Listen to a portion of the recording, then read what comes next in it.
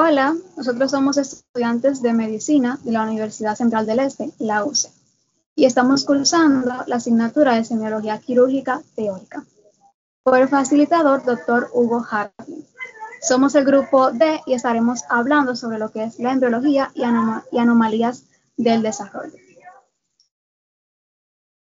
Los integrantes del grupo somos Deanne Santana, quien les habla, Eleazar Martín Ramos Calderón, Rosaura Santana Santana, Lismel Van Genien, Loris Nicole Severino, Raúl Andrés Valdés y Jeremías Cuello. Los temas que estaremos abordando son los siguientes. Objetivos de la presentación, embriogénesis de la tiroides, quiste del conducto tiroigloso persistente, tiroide lingual, tiroides ectópica, lóbulos prominentes persistentes, agénesis e hipoplasia tiroidea congénita y síndrome de hendidura branquial. Vamos a iniciar con la introducción. La embriología es la rama de la biología que estudia el desarrollo del ser humano desde la fecundación hasta el nacimiento.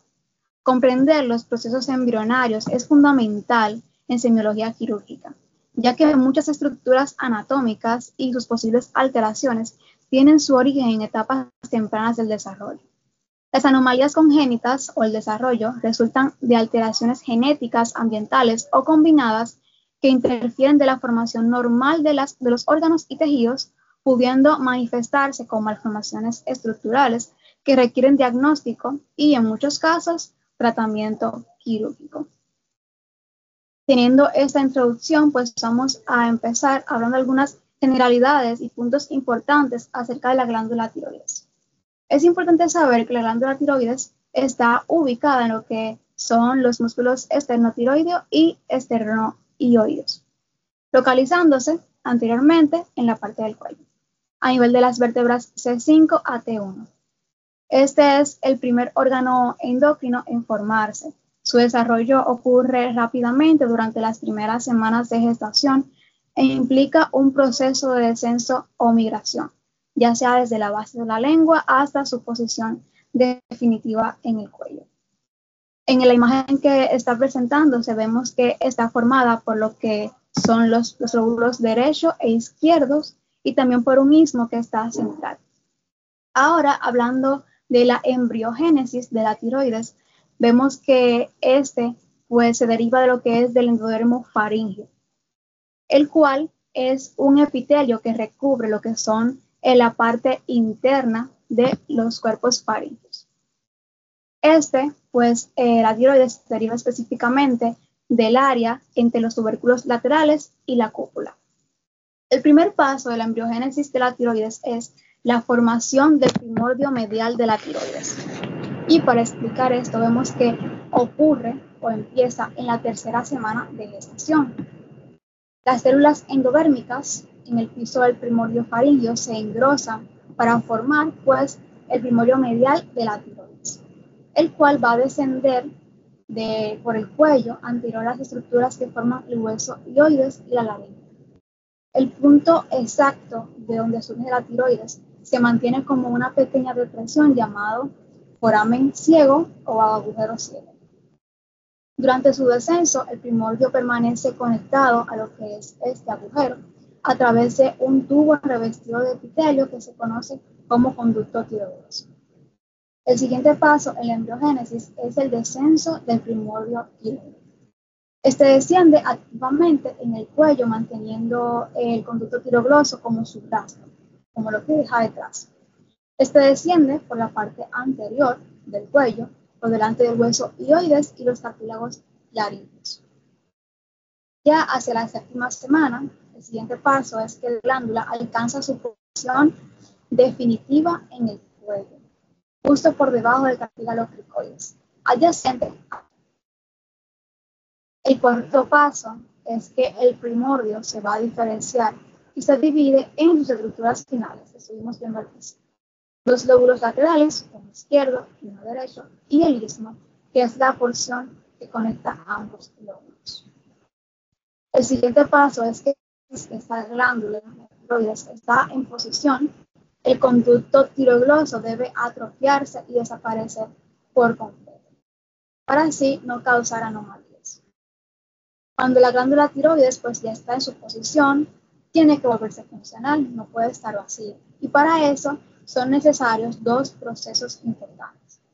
El primero es que las células endodérmicas del primordio tiroideo se van a diferenciar y organizar en estructuras funcionales de la glándula, que son los folículos tiroides, los cuales se van a desencadenar hormonas tiroides y empiezan a sintetizar las enzimas necesarias para producir las hormonas.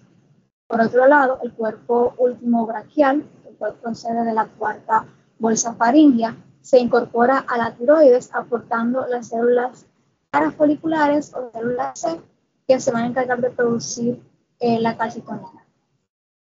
Y entonces, pues ya el último paso es que la glándula se vuelve funcional de manera completa. Y esto sucede a partir de las semanas 11 a 12 de la gestación, cuando el eje hipotálamo-hipófisis tiroides comienza a operar, iniciando la secreción de hormonas tiroides.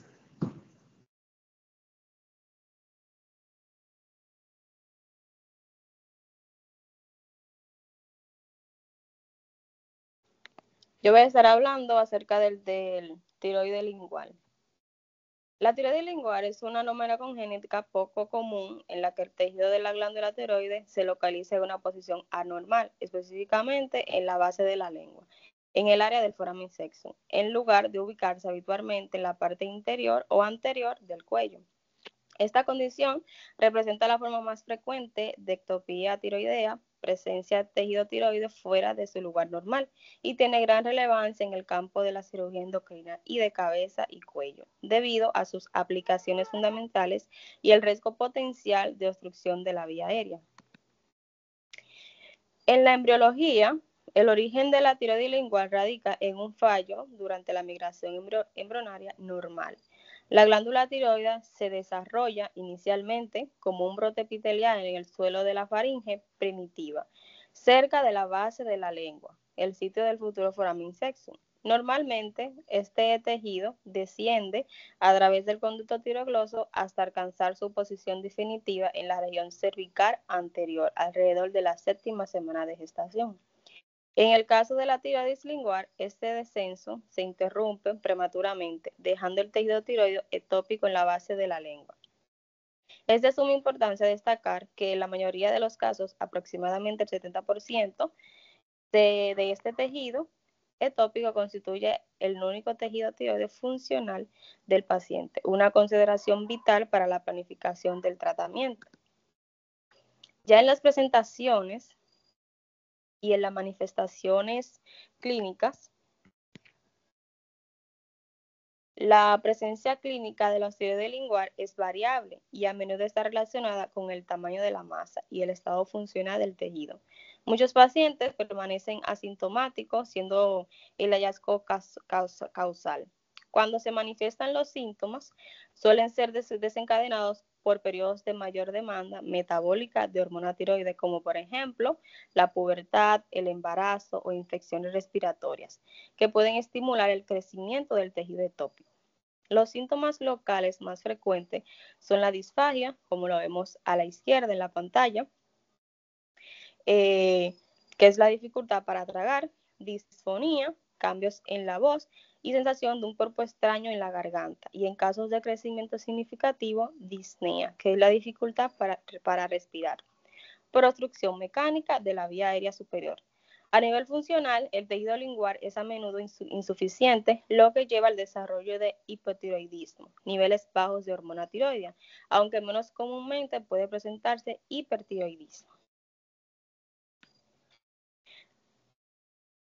Bien, ya en el diagnóstico y evaluación, tenemos que el tratamiento o para diagnosticar esto se utiliza la ecografía cervical, que se utiliza para confirmar la ausencia de una glándula tiroidea normal en el cuello, gammagrafía tiroidea, que es utilizado o se utilizan isótopos como el lodo 123 o el tecnio sigio 99.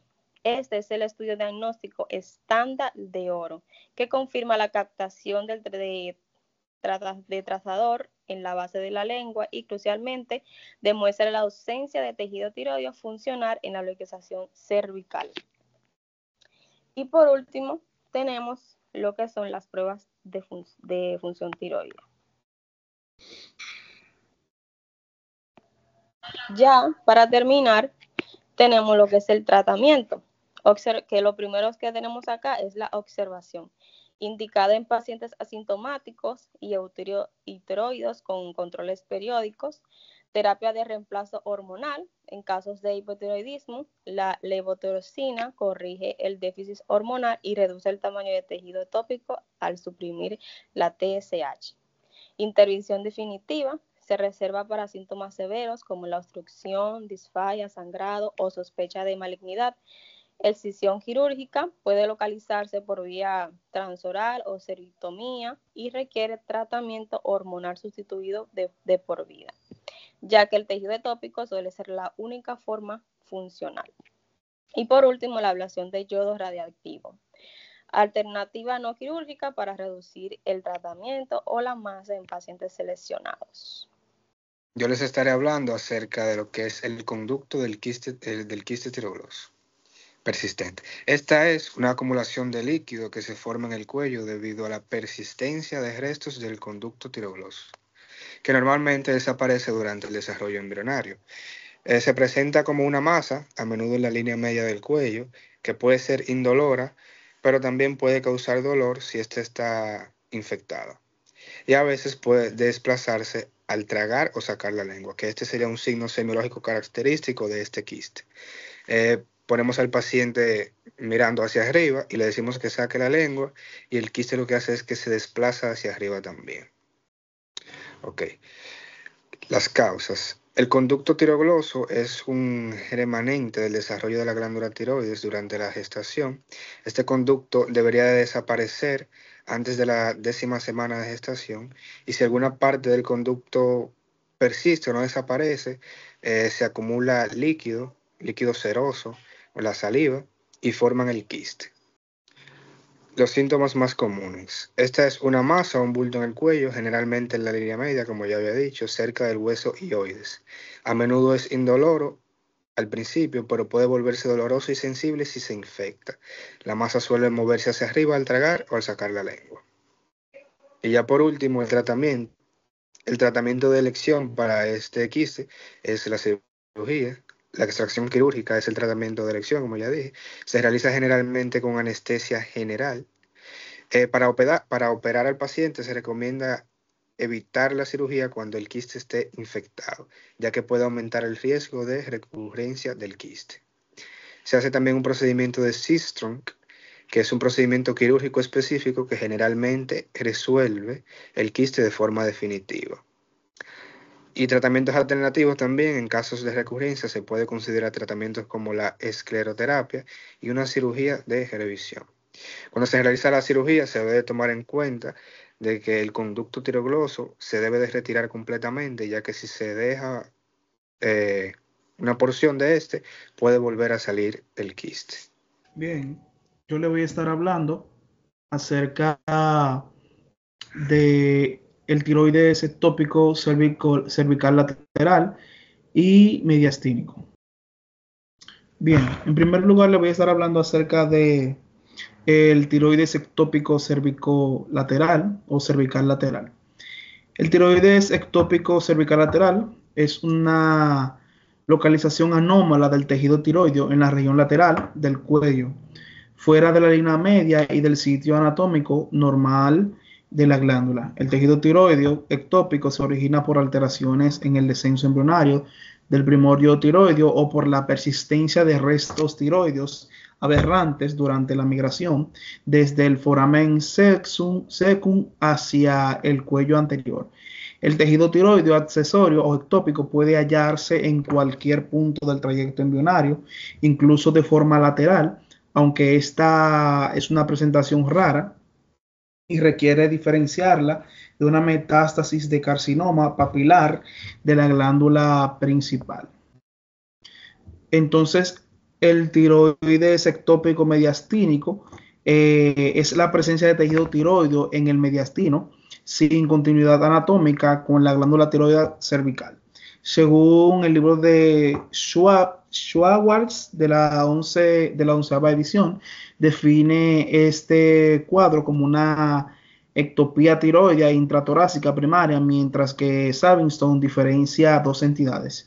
En primer lugar, lo que es el bocio intratorácico secundario o retroesternal, que es una extensión inferior de la glándula tiroidea cervical normal hacia el mediastino superior. Tenemos lo que es el tiroides ectópico mediastínico primario, que es un tejido tiroideo completamente separado con irrigación propia proveniente de lo que dale anterior, proveniente de vasos mediastínicos. El tiroides mediastínico representa menos del 1% de las masas mediastínicas y debe distinguirse de un bocio retroesternal descendente por sus implicaciones quirúrgicas.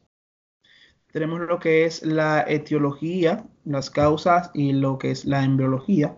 En primer lugar, tenemos que durante la tercera semana de gestación, la yema tiroidea se forma en el suelo faríngeo, en el foramen secum.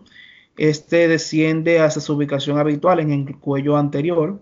Entonces, si la glándula no desciende completamente o si se produce lo que es la fragmentación de tejido durante la migración, pueden quedar focos de tejido tiroideo en trayectos anómalos, lo que es el lingual, el sublingual, cervical lateral, que es el que le estoy hablando, y del mismo modo el mediastínico. En el caso del mediastínico, como lo estoy englobando a los dos, este es primario y el tejido no tiene continuidad con la glándula cervical y posee su propia vascularización, en este caso intratorácica. Bien, tenemos lo que es el cuadro clínico. Son asintomáticos y se descubren accidentalmente.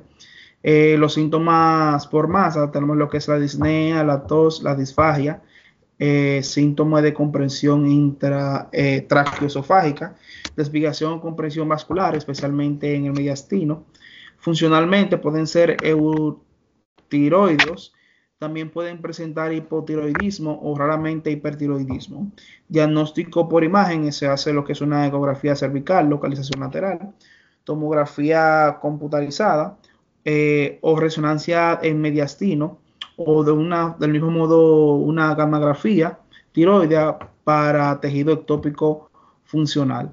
Importante de esto es diferenciar el tejido tiroideo ectópico de metástasis tiroideas o de tumores mediastínicos cervicales. En el caso del tratamiento, tenemos algunas indicaciones. Se indica cirugía por riesgo de crecimiento, compresión o malignización.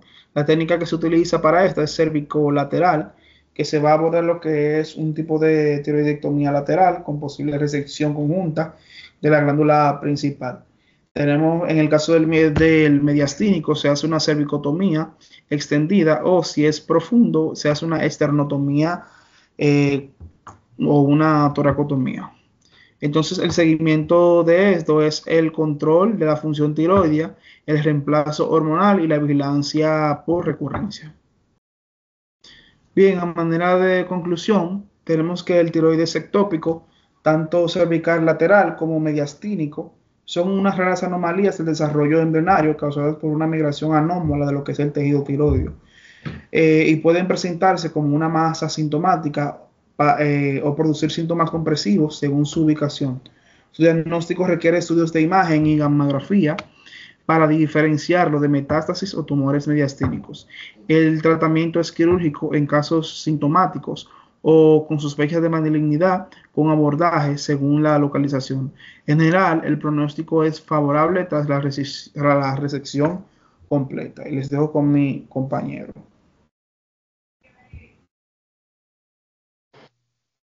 Ahora yo les estaré hablando sobre los lóbulos piramidales persistentes. Tenemos que estos corresponden a proyecciones óseas poco prominentes del paladar duro, localizadas en la línea media. Son considerados remanentes autonómicos benignos del proceso de osificación. Desde el punto de vista quirúrgico, se clasifican dentro de las esóstosis intraorales similares al torus palatino, pero generalmente de menor tamaño.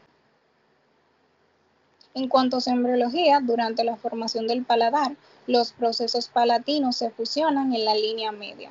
Este tejido se convierte en hueso. En algunas personas queda un remanente prominente de osificación, dígase el lóbulo piramidal. No se asocia con enfermedades congénitas, solo con variación del desarrollo. En cuanto a su autonomía, su ubicación más frecuente es la línea media del paladar duro, por detrás de la papila incisiva. Su forma es piramidal, triangular o nodular. Su tamaño desde pocos milímetros hasta a 1 o 2 centímetros. Su consistencia dura a la palpación, si es ósea, y su superficie lisa, mucosa e intacta. En la mayoría de los casos es simétrico y estable en tamaño a lo largo del tiempo. En cuanto a su epidemiología e importancia clínica, es una frecuencia variable, pero no es rara, afecta a adultos más que a niños, más frecuente en mujeres, puede estar asociado a factores genéticos y estímulos funcionales. También son asintomáticos, ya que la mayoría no producen síntomas y se descubren incidentalmente.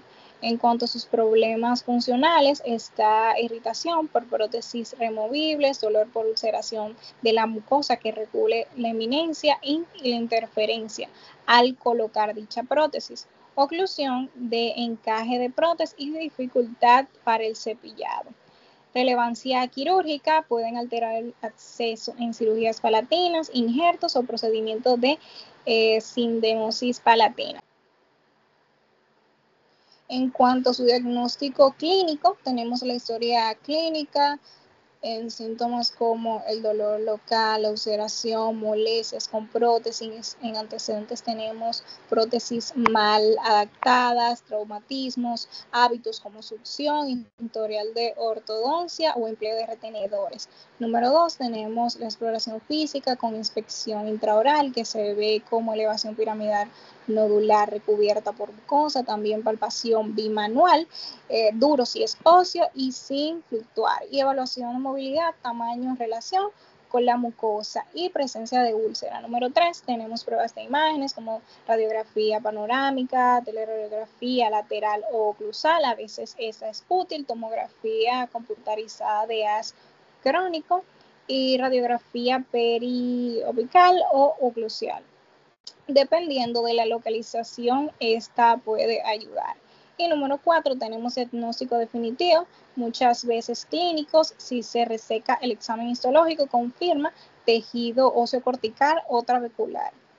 En el diagnóstico diferencial tenemos torus palatinus, exotosis central y una amplia línea de paladar medio, exotosis alveolares con protuberancias localizadas en reborde alveolar, quistes o tumores benignos, esto es rara vez, si la lesión es blanda o expansiva.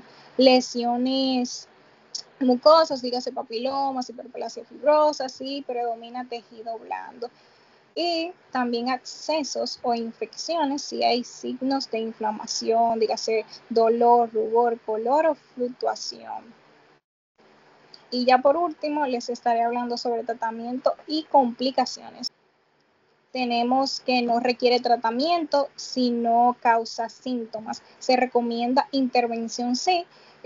Interfiere con prótesis, causa dolor o ulceración, genera dificultades en el habla o masticación, produce preocupación estética o diagnóstica y cirugía simple, resección del excedente óseo y cierre con sutura. Y ya en complicaciones tenemos que no es común que se complique y cuando se interviene puede haber dolor moderado, inflamación, sangrado, infección o recidiva. Bueno, yo voy a estar hablando acerca de la génesis tiroidea congénita, la cual es una malformación del desarrollo embrionario caracterizada por la ausencia completa del tejido tiroideo, funcional al nacimiento, lo que nos va a impedir la producción de las hormonas tiroideas T3 y T4.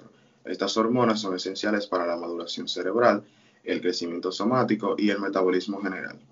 Durante la gestación, el feto depende parcialmente de las hormonas tiroideas maternas. Sin embargo, al nacer, la falta total de una glándula funcional provoca un hipotiroidismo congénito primario severo. Una de las maneras que nosotros utilizamos para diagnosticar es el tamizaje neonatal, el cual consiste en la medición de TSH y T4 en sangre del talón, a las 48 o 72 horas de vida. Confirmamos esto cuando vemos el TSH elevado con T4 baja, lo cual nos da hipotiroidismo primario. También podemos hacer una ecografía tiroidea o gammagrafía, la cual nos determina agénesis o hipoplasia. Y es bueno destacar que debemos hacer algunos estudios genéticos en caso de familiares o persistentes.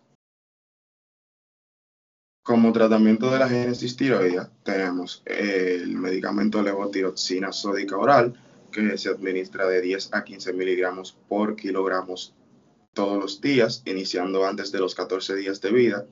También controles periódicos de TSH y T4 y una evaluación neurológica y de crecimiento. Si hablamos de la hipoplasia tiroidea, vamos a ver que es caracterizada por la formación incompleta o tamaño reducido de la glándula tiroides, lo que conlleva a una disminución parcial o total de la producción de hormonas tiroides, que son la T3 y T4. Aunque la glándula está presente, su tejido es insuficiente o disfuncional, provocando un hipotiroidismo congénito primario de intensidad variable. Durante el desarrollo fetal, la glándula tiroides crece por proliferación celular y diferenciación folicular. En la hipoplasia, este proceso es incompleto, generando una glándula pequeña y con escasa capacidad secretora. Como consecuencia, los niveles de T3 y T4 disminuyen, lo que estimula a la hipófisis a producir TSH elevada para intentar compensar el déficit hormonal. Entre las manifestaciones clínicas van a estar dependiendo de la magnitud del déficit hormonal y podemos ver en casos leves el neonatal puede ser asintomático inicialmente. En casos moderados o severos aparecen signos de hipotiroidismo congénito como letargo, hipotonía y piel fría, llanto, ronco y dificultad para alimentarse, ictericia prolongada y estreñimiento, lengua grande, fontanelas amplias y hendidura umbilical. Y si no se trata oportunamente, el déficit hormonal lleva a retraso mental, alteraciones de crecimiento y rasgos físicos de cretinismo. Como tratamiento de la hipoplasia tiroidea congénita, podemos ver que tenemos que este tratamiento tiene como objetivo reponer las hormonas tiroideas ausentes o insuficientes para asegurar un desarrollo físico y neurológico normal. Debe iniciarse de manera inmediata tras el diagnóstico, idealmente antes de las 2 primeras semanas de vida, ya que el retraso en la terapia puede causar daño cerebral e irreversible. Como número 1 tendríamos terapia de reemplazo hormonal, la cual consiste en administrar nuestro fármaco de elección, que es la levotiroxina sódica. Damos una dosis inicial recomendada entre 10 a 15 miligramos por kilogramos al día, vía oral. Se administra solamente una vez al día y preferiblemente en ayunas para mejorar su absorción, y se ajusta la dosis según el peso, la edad y la evolución clínica. También tenemos los monitoreos de control, en el cual vamos a controlar la TSH y T4 sérica cada 2 a 4 semanas durante los primeros 6 meses. Luego de los 6 meses vamos a controlarlo cada 1 y 3 meses durante el primer año y cada 3 y 6 meses posteriormente, evaluando el crecimiento, la maduración ósea y el desarrollo neurológico en cada consulta. También es importante recalcar la educación familiar, en la cual los padres deben recibir información sobre la importancia de no suspender el tratamiento, aunque el niño parezca normal, sobre cómo administrar la levotiroxina correctamente y no mezclarla con leche, soja o algún otro tipo de cosas, lo cual reducen la absorción y la necesidad de los controles regulares de laboratorio y seguimiento médico a largo plazo. Y como pronóstico, cuando el tratamiento se inicia precozmente y se mantiene adecuadamente, el pronóstico es excelente. El niño puede alcanzar un desarrollo intelectual y físico completamente normal. En cambio, si el inicio del tratamiento se retrasa más allá de los 30 días de vida, pueden persistir secuelas neurológicas y retraso cognitivo.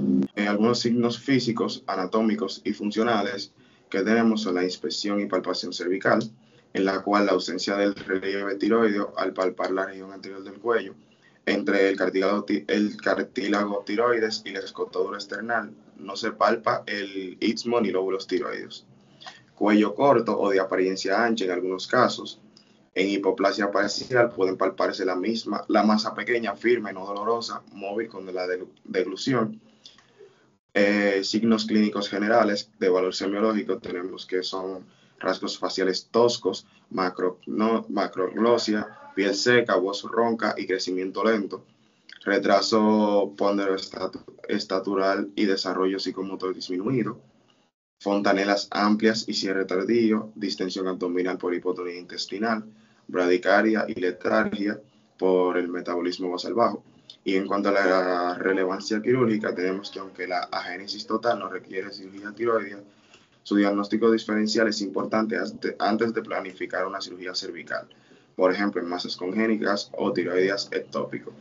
En la hipoplasia o ectopia tiroidea, el cirujano debe conocer la ubicación anómala del tejido tiroideo, por ejemplo sublingual o mediastínico, antes de intervenir. Es cuanto.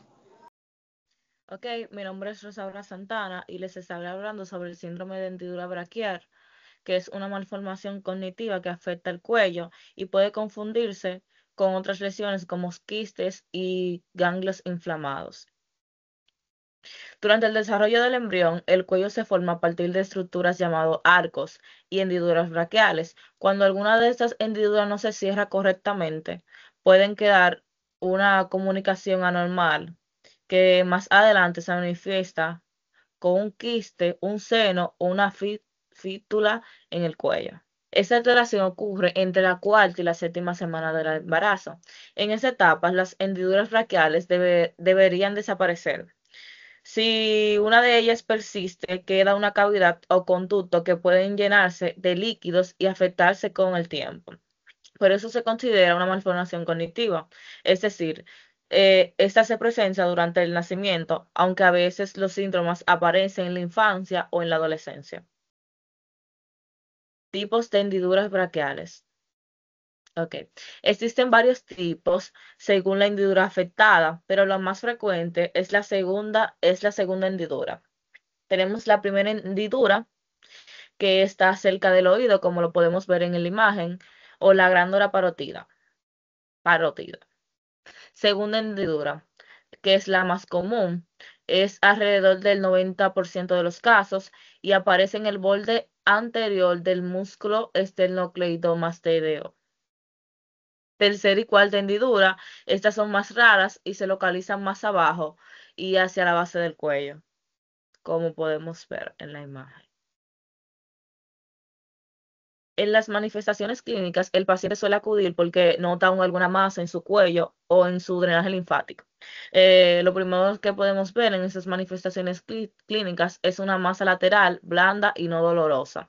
Puede inflamarse o suturar si se infecta. Y también si hay fístula, puede observarse como un orificio pequeño en la piel que se elimina líquido claro, y también a veces el tamaño de la masa aumenta después de una infección respiratoria. En el diagnóstico se basa principalmente en la historia clínica, la exploración física y los estudios de imagen. En la exploración física se localiza la masa y el orificio. En la ecografía, este permite ver si se trata de una lesión líquida, o sea, si es algún quiste. En la resonancia, muestra el trayecto hacia dónde está la fístula exactamente. Y en la fistolografía se usa si hay drenaje para seguir el camino del conducto.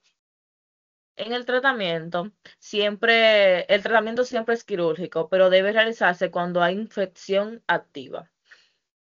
Por eso recetan antibióticos si la lesión está afectada. Se lleva a cirugía y se lleva a cirugía, se extirpa por completo el quiste o seno o fístula. El cirujano en esta cirugía sigue todo el trayecto para evitar recurrencias y el pronóstico es muy bueno si se retira completamente. A continuación veremos lo que es un cuadro diagnóstico diferencial, que es muy importante diferenciarlo de otras enfermedades que también producen masas en el cuello, como lo que son eh, los quistes tiroglosos, que están localizados en la línea media y se mueven al tragar o al sacar la lengua. También otro ejemplo de estos son los quistes delmoides, que están en la línea media o debajo del mentón. Estos contienen grasas o pelos que no se mueven con la lengua. En conclusión, el conocimiento de la embriología y de las anomalías del desarrollo permite al médico comprender el origen de múltiples patologías quirúrgicas, facilitando su reconocimiento temprano, la planificación del tratamiento adecuado y la prevención de complicaciones. En semiología quirúrgica, esta base embriológica resulta esencial para correlacionar la anatomía normal con las variaciones cognitivas y sus complicaciones clínicas.